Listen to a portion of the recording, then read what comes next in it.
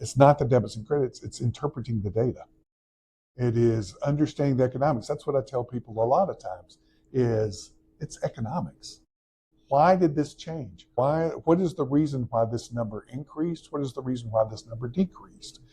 What is the layering? And let's understand that.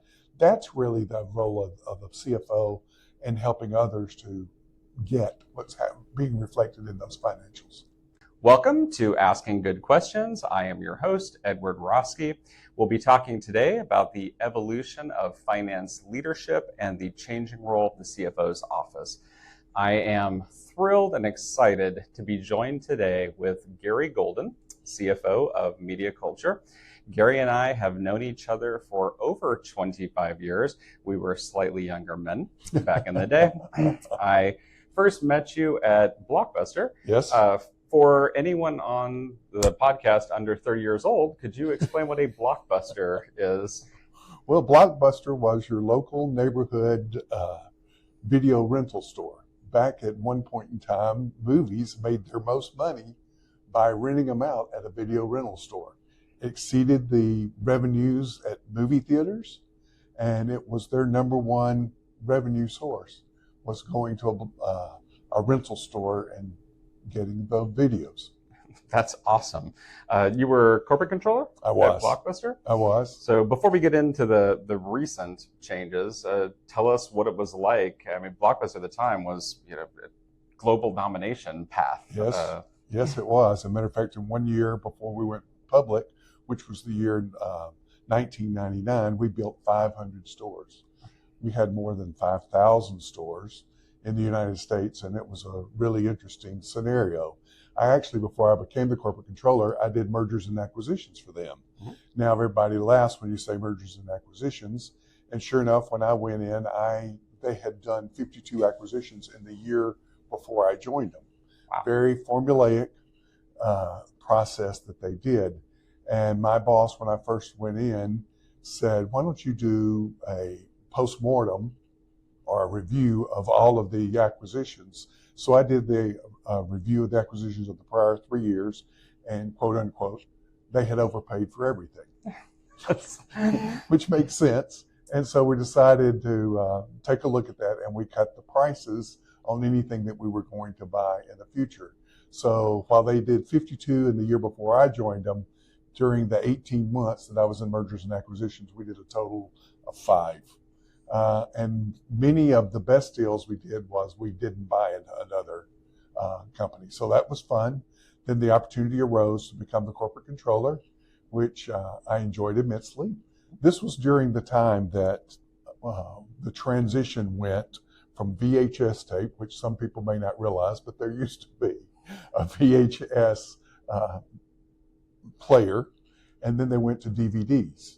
It went really from a rental structure because people would go into a Blockbuster, and we called it managed dissatisfaction because we'd have 12 copies of a movie, and everybody would run and want to get the latest releases.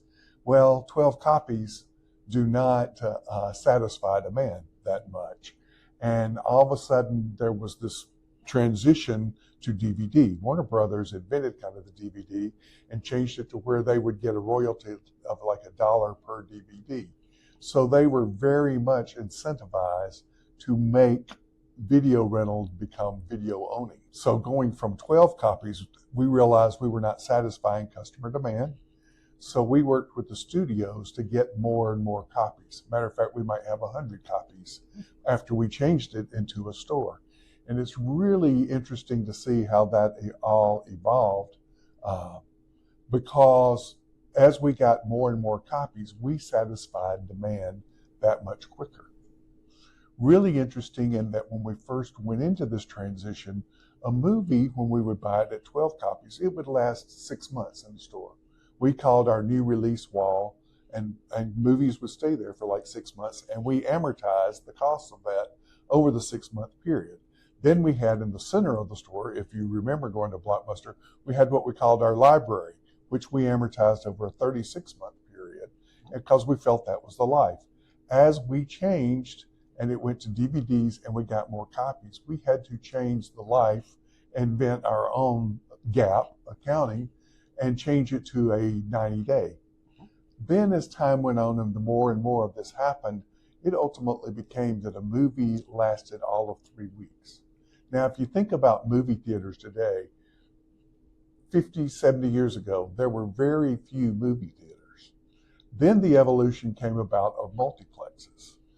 And so now, there are thousands and thousands of screens. And you think about a movie, when it now comes out, think about it, it's because there are so many movie theaters, demand is satisfied typically in about 3 weeks. A movie is pretty much dead in 3 weeks. Well, Blockbuster realized that too, that a movie was dead after about 3 weeks. We had some restrictive agreements because of the transition in which we could not sell a previously viewed tape until it went to 6 months. Wow. Well, as it evolved and the movie was dead after 3 weeks, it became a problem for us, and that inventory increased and increased and increased and increased. And when we amortized a video, we went down to $4 per copy. And then all of a sudden we had millions of movies at $4 a copy. So at one point in time, we had to take a big write-off because there was no way that we could sell all the movies that we had. The wild part about that is we took a large write-off on September 10th, 2001. We announced it to Wall Street on September 10th, 2001. And we really were kind of worried how the world would react to it. Well, we all know what happened on 9/11. Nobody cared.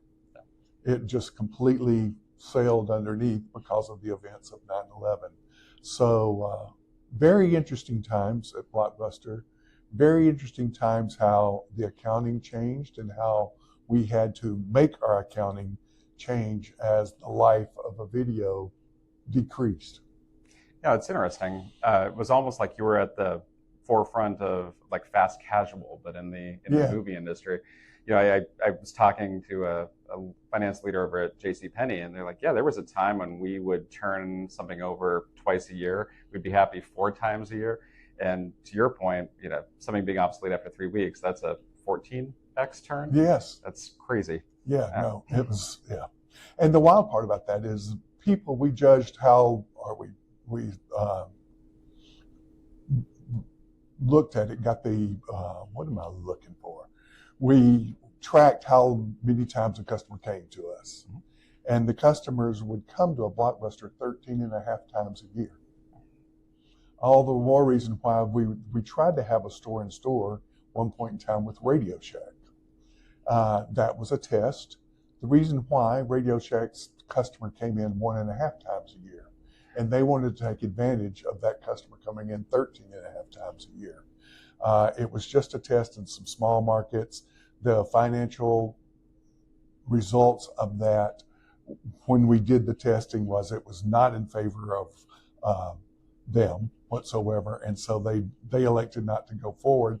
We were ready to renegotiate with them and make it more attractive to them, but they changed management, said forget it, we don't want to go forward, and we understand why when we saw the results of the test. Yeah, it's been quite a change.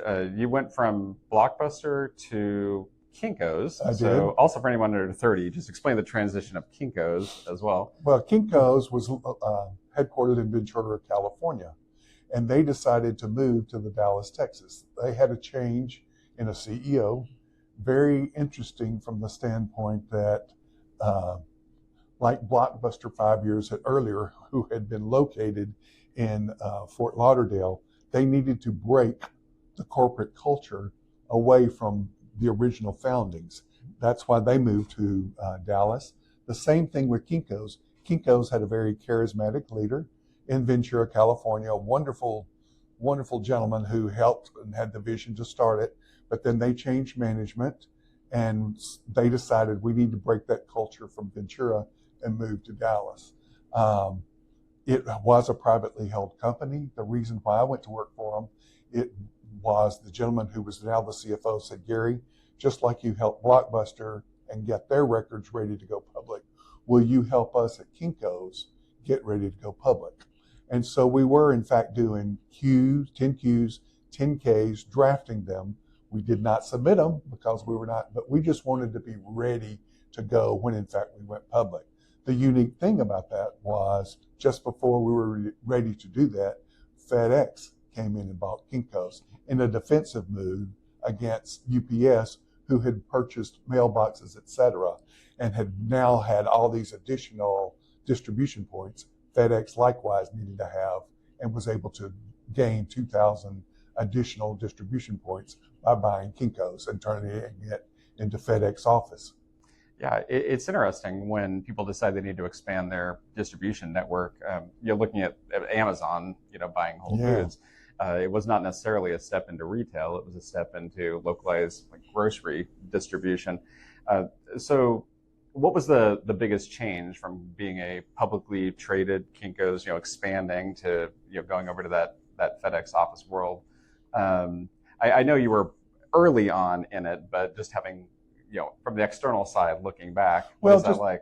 Blockbuster was not really prepared to go public. At least it didn't seem like that when we did it.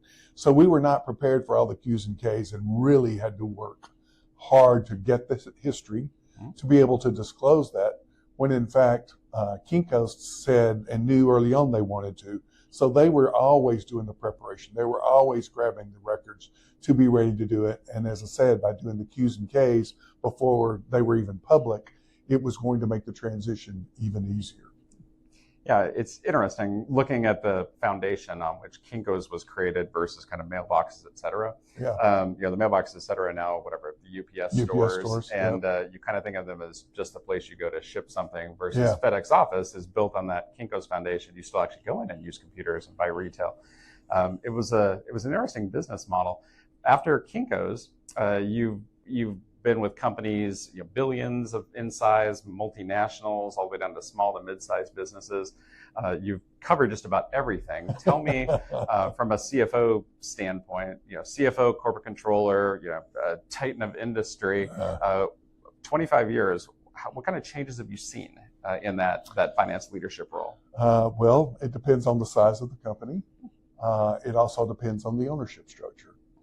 So a number of the companies that I've worked for have been private equity companies, and there has been the demand from the private equity owners to want to have more information. There's been the acquisitions, which I put my toe in with Blockbuster. But then as we were doing add-on acquisitions being owned by private equity, that was very, very interesting to go in, see a set of books, see what the investment bankers had presented to you, discounting that tremendously, knowing that a lot of it was pie in the sky, and coming up with what you would think would be the attractiveness to your company, and combining the companies, looking at the synergies. And that's really the play, is obviously the synergies so many times. And some of it would be related to your operations, because now you could send one buyer in or one seller in to see a buyer at a multinational big box, as opposed to them having, depending on your product line, have like 6 different people. So it's really interesting.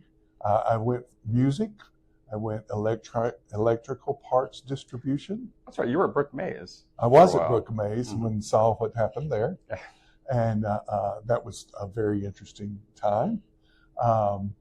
Went to Rexel, 20 billion out of Paris, France. That was fun. Actually, for 5 years during the economic crisis, 2008 to 2013, I was employee of a company called MMC Group, who had a contract with the FDIC to assist in failing banks, unlike anything I'd ever done before. And that was fun to go into a bank.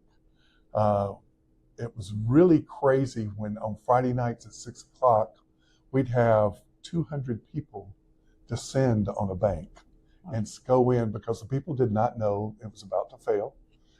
They were obviously nervous when this number of people walked in, and we said, "You've got a job." That was obviously everybody's biggest concern, is, do I still have a job? Yes, you still have a job. You're being acquired by another bank. The FDIC worked very hard to make sure that they could have another bank acquire it, even to the detriment of the FDIC and taking lower prices. So we would go in, we would look at their books over the weekend, and then we would do what was called splitting the assets. The FDIC would keep certain assets, the new bank was getting certain assets. Every contract was different, so you had to look at each contract, but going in, one, allaying the fears of the people, that to me was very primary, and then going through and doing the accounting records and getting it ready for the new bank to buy it on a go-forward basis. After doing that, I've done some consulting for a number of different companies, 3-month project here. One was laying 5G or the wiring. That was out of St. Louis, ADB companies. That was a lot of fun. Another was a company that acquired an international company out of Germany, and they weren't sure how to do the international accounting. And so that was fun. Lots of different things. How does the accounting for each is different. The accounting, the size of each of the companies was different. And you really just try to match the capabilities of the people with the software that you have and to help the people get the job done. Obviously you brought up the Great Recession, the economic collapse, but people tend to forget there are always multiple booms and bust cycles. There are always these inflection points, like you brought up, 9/11. There was the Sarbanes-Oxley completely redoing everything. There was savings and loan collapse. Blockbuster went through changes. Radio Shack obviously went through changes. As you navigate those kind of inflection points, what are the key issues you're dealing with as a CFO or controller, finance leader? Well, typical cash is always king, and you're wanting to make sure that you've got that cash proper. The economic status has really changed as it relates to interest rates. As interest rates, when they were so low, obviously money was cheap. Being part with private equity loves to leverage a company up, borrow all that money, trying to use other people's money to make money. And we were considered highly leveraged in some of the companies that I worked in, and one of which was a home decor company. It was a company that was $216 million when I joined them, $775 million when I left. Growth was mainly by acquisition. Growth was mainly through debt financing. And to see the interest rates as they came down and how much more willing we were to do. But then as interest rates go up, your game is different. You completely have to generate the cash, the monies to be able to pay that interest. Also, as the supply chain scenarios, I know I had left the company at the time, but when one of the companies, the home decor company that I worked with, they were having problems getting product in from China. And the cost of bringing product in went from $3,000 for a container to $20,000 for a container. And that was, wow. The cost of $20,000 to a container, that was more expensive than the product that was in the container. So they made some bad choices. It's unfortunate that they did. And ultimately they went bankrupt, which I was so sorry to see. And because it was such a nice little company that I worked with from 13 to 19. So those changes, working with the private equity, working with private companies, it's once again making sure that the owner is informed. If it's the others, you're always just trying to make sure that results are given to the people who are making the decisions on as quick basis as you can make it happen. It's, accounting has been behind the fact about so many times. It's been 20, 30 days when you get the financials to the owners or decision makers, which is too long.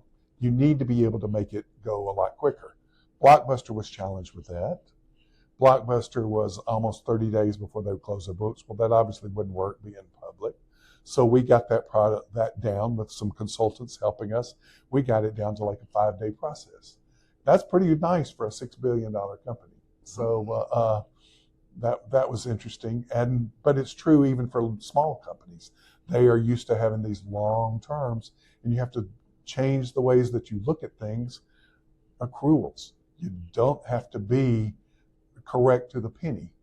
You're really trying to get information to the decision makers And hopefully you were in as a finance leader as part of that, and lead and guide people as to this worked, this promotion worked, this promotion didn't work, this decision worked, or we should have never done that. Let's make sure we don't repeat that error again.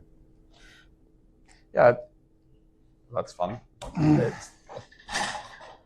Luckily, that happened right in a break. Yeah, no, that worked well. We'll edit that part out. This will make it onto the blooper reel. Apparently, we were staying too still for a brief moment. The lights went off in the room. We will wave our hands around more enthusiastically. You touched on the role of the finance leadership changing. If you rewind the clock 25 years ago, you and I both experienced this. It was number crunching. It was kind of backwards looking, governance, compliance, closing the books whenever you were 100% sure they were correct. Yes. Now it's a more strategic leadership type role. Right. How has that changed your involvement in the finance world? Trying to, once again, getting the information to the decision maker quicker, and then sitting with them and discussing the results. No one cares if you're off by $12.37. That's my favorite expression, because I don't care if we're wrong by $12.37. We can correct that later. Let's get the heart of the financials. Let's get the story in there so that we can make changes on a timely enough basis to affect the ultimate results of the company. Budgeting has always been important. I think it's even more important today to understand where you're going. It helps for your cash flow, to make sure that you're doing the cash flow properly, and making sure that you refine those models even more. One, so you're either paying off debt, or two, investing the cash that you have. Yeah, looking back 25 years ago, it almost seemed like the CFO was at the back of the ship and the captain was at the front, and you periodically call and go, are we turning left or right? And you'd look backwards at the wake and go, oh, it's going this way or this way. And now it's standing up at the front, being the kind of co-pilot of the ship. No, it really is. And making sure that finance and accounting is part of the decision-making team, as you say, because so many years ago, it was just, you were an after-the-fact kind of person. So looking at it today, both at Media Culture, you've been a consultant in the recent past, you've seen a lot of different companies. What are some of the challenges that are facing finance and finance leadership? I mean, I know data is doubling every 2 years at this point. We can no longer use Excel as the duct tape of modern finance. What challenges are you running into? Well, the costs. As wages rise, we're looking at what the cost is. Should we outsource? Should we not outsource? If you do outsource, where are you going to get the best bang for your buck? But it's not just cheap that you need to look at. It's when are you going to get the information that you need to move the company forward? And that doesn't necessarily mean that it has to be in the Far East or anything like that. It can be Mexico. It can be Indian reservations in the U.S. It can just, there are companies now who are doing those kinds of things for you. It's really trying to get down to do your core strengths and let somebody else take care of things when you can. The boring stuff, if you want to call it that. And, accounting to me is fun. It's the people side of math to me versus just pure math, which is statistical and all of that. I actually changed the direction of my life because I got to work for NASA at 18 years old in the mathematical physics branch. And it was exactly what I thought I wanted to do with that. But I realized it was me and the computer. And yes, from this gray hair, it was right when computers were first getting going.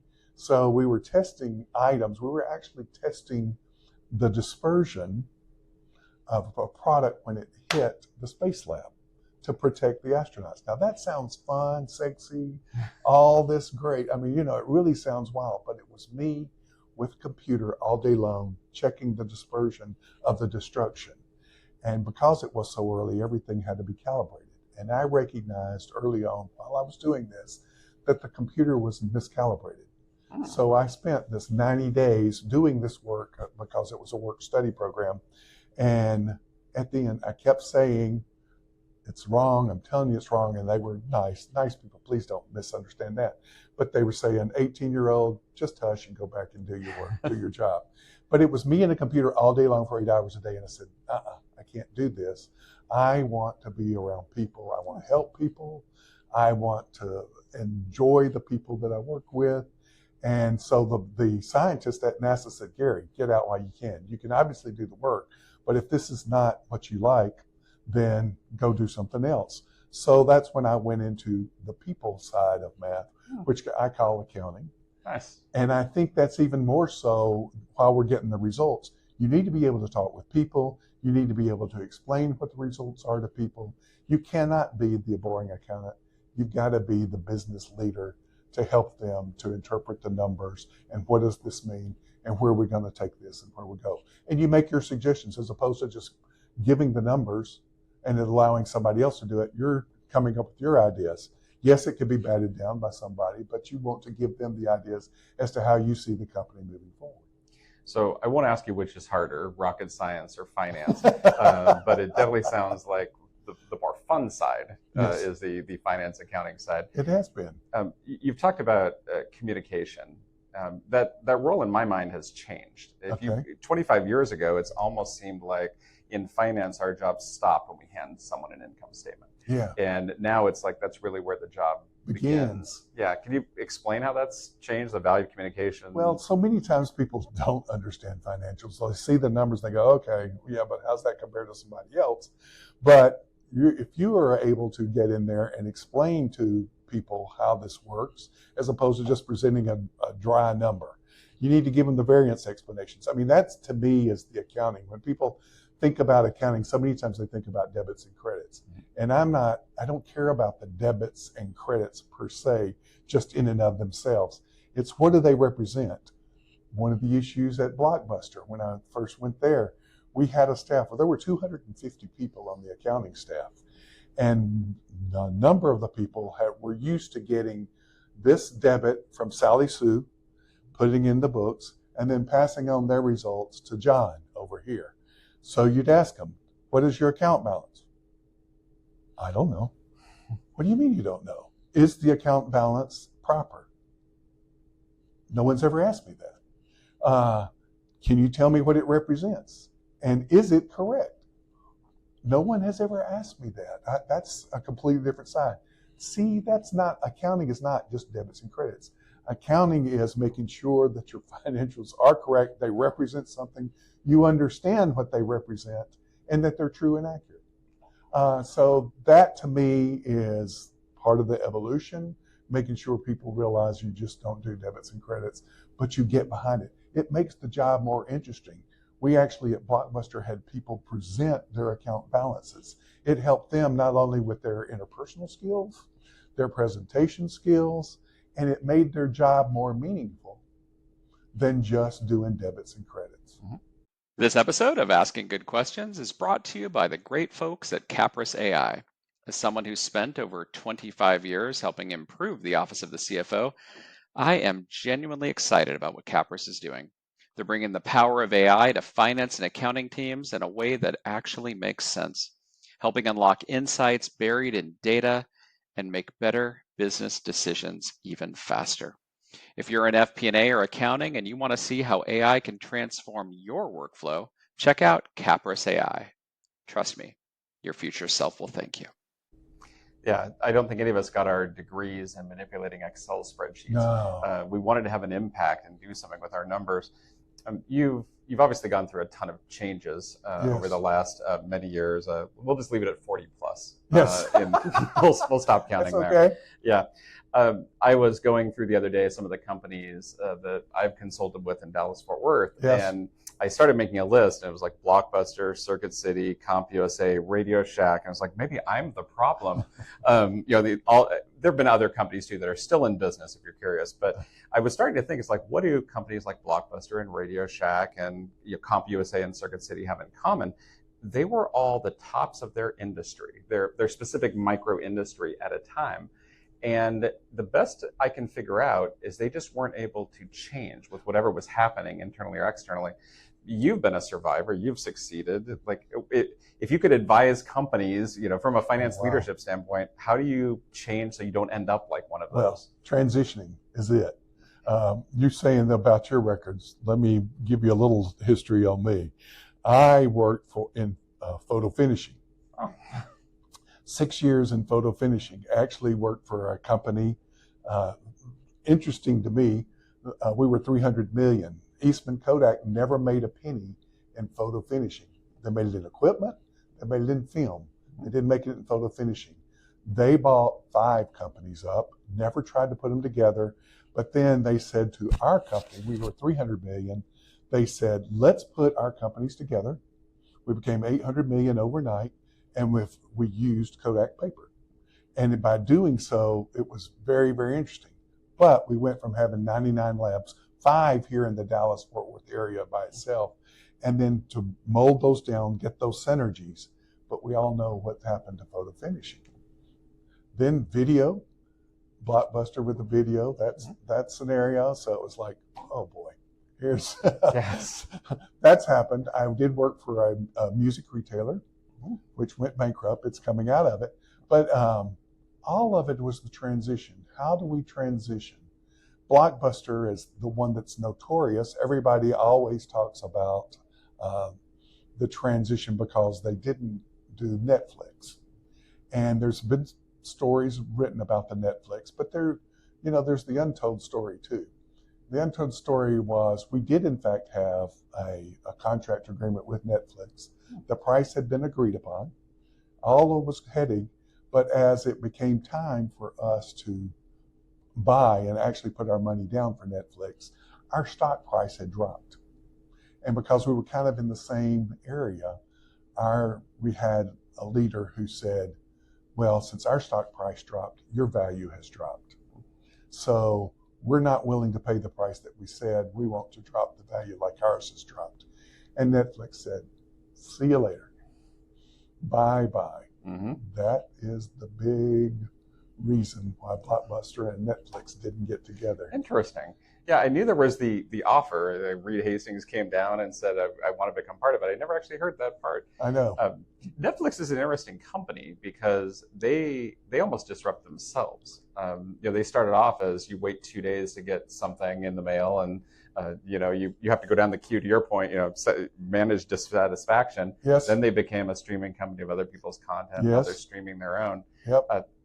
How do companies go about disrupting themselves? I mean, Kodak, I think, fell into the same boat. They thought they were a company that made their money in film, versus Fujifilm actually did adapt and said we're a chemicals company. Yeah. Well, it's really it's just that transition, looking for the next thing. Blockbuster did, in fact, thrive through those agreements, trying to do that, such with Radio Shack.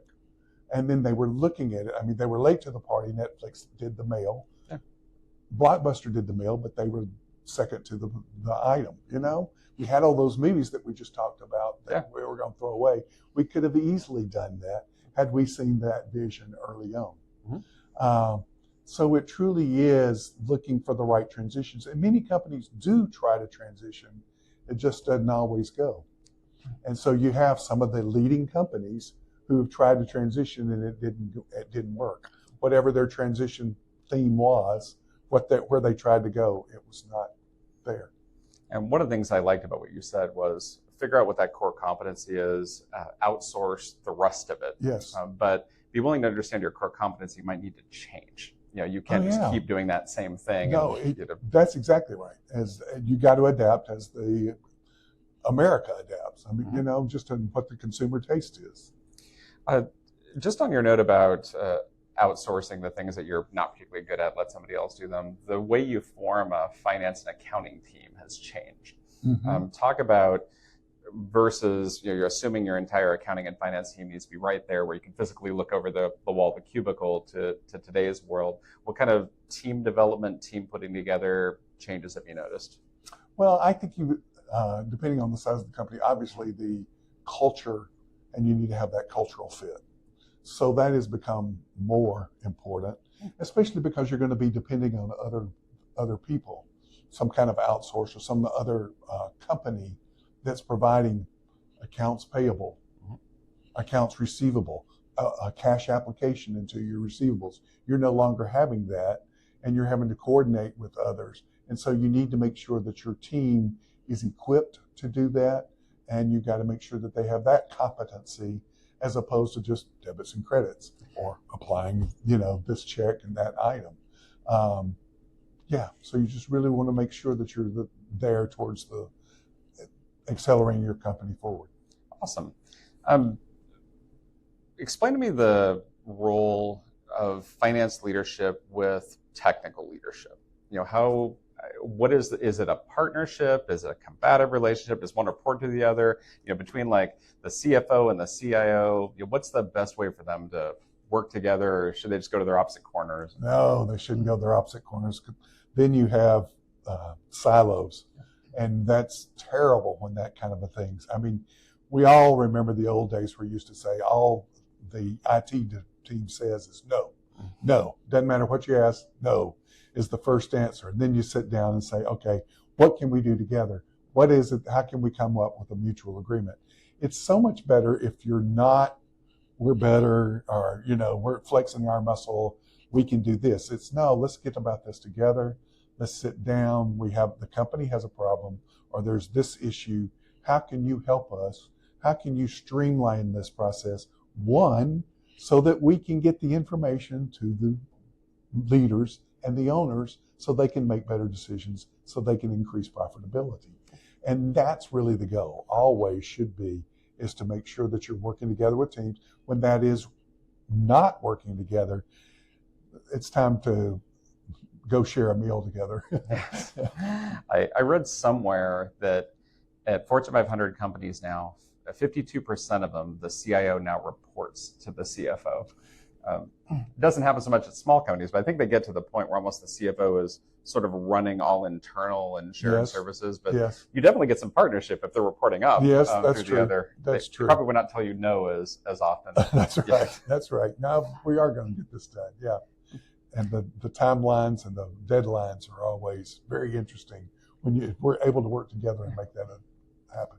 So speaking of technology, we're going to turn now to the future of finance. So trends that we've seen, how is the world evolving?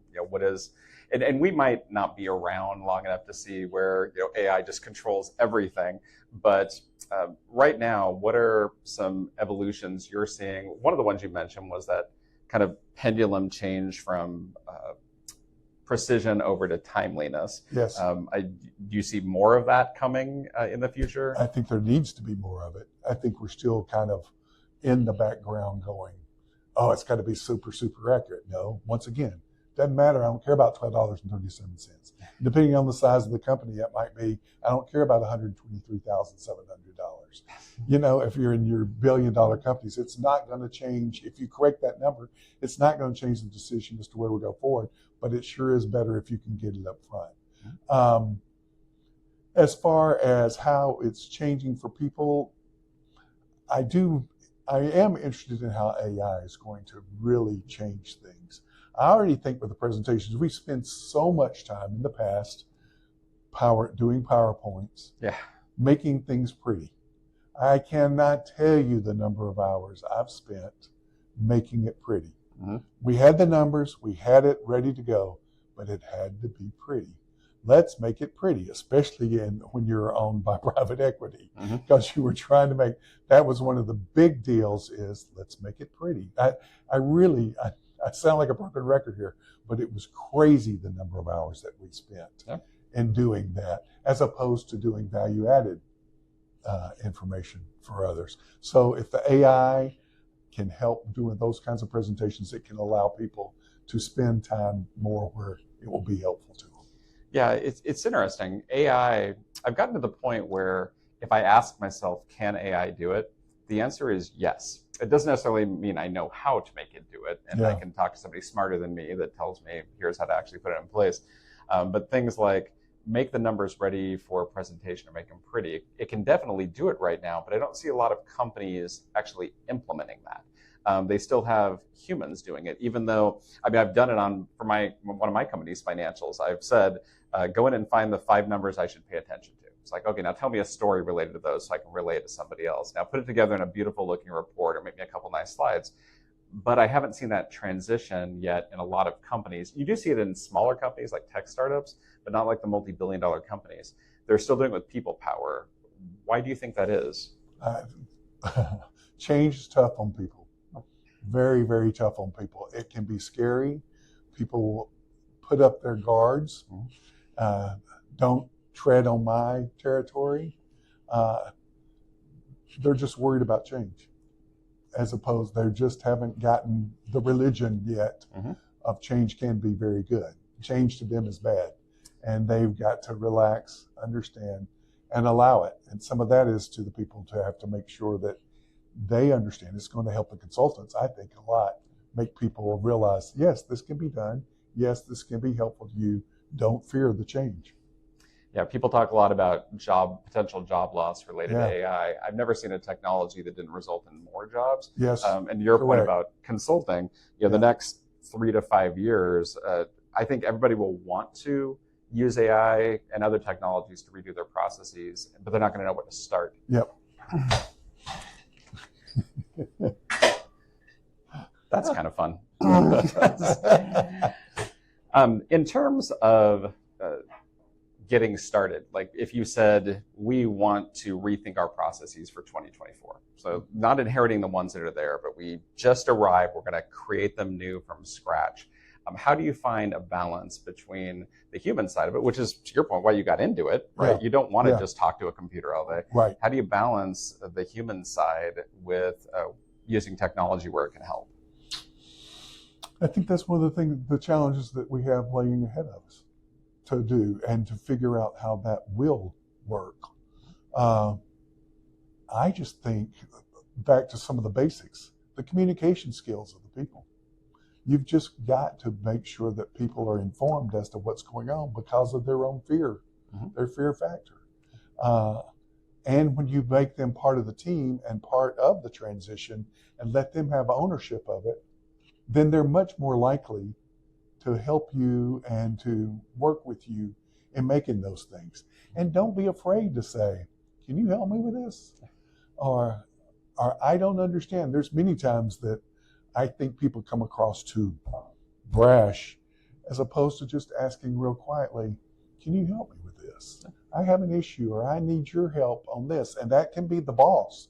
The boss needs to go to his people and say, help me understand this. Help me go. Teach me.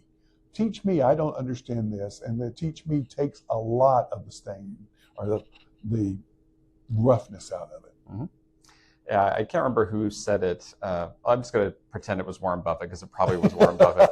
But he said it's hard to convince someone to believe in something that will cost them their salary if they believe in it. And I think, like, I look back at my first role as a financial analyst, and it was trying to read an income statement. Admittedly, there was a lot of Excel, but it was trying to read an income statement and then make some comments about it. And AI can do that now in under 5 seconds.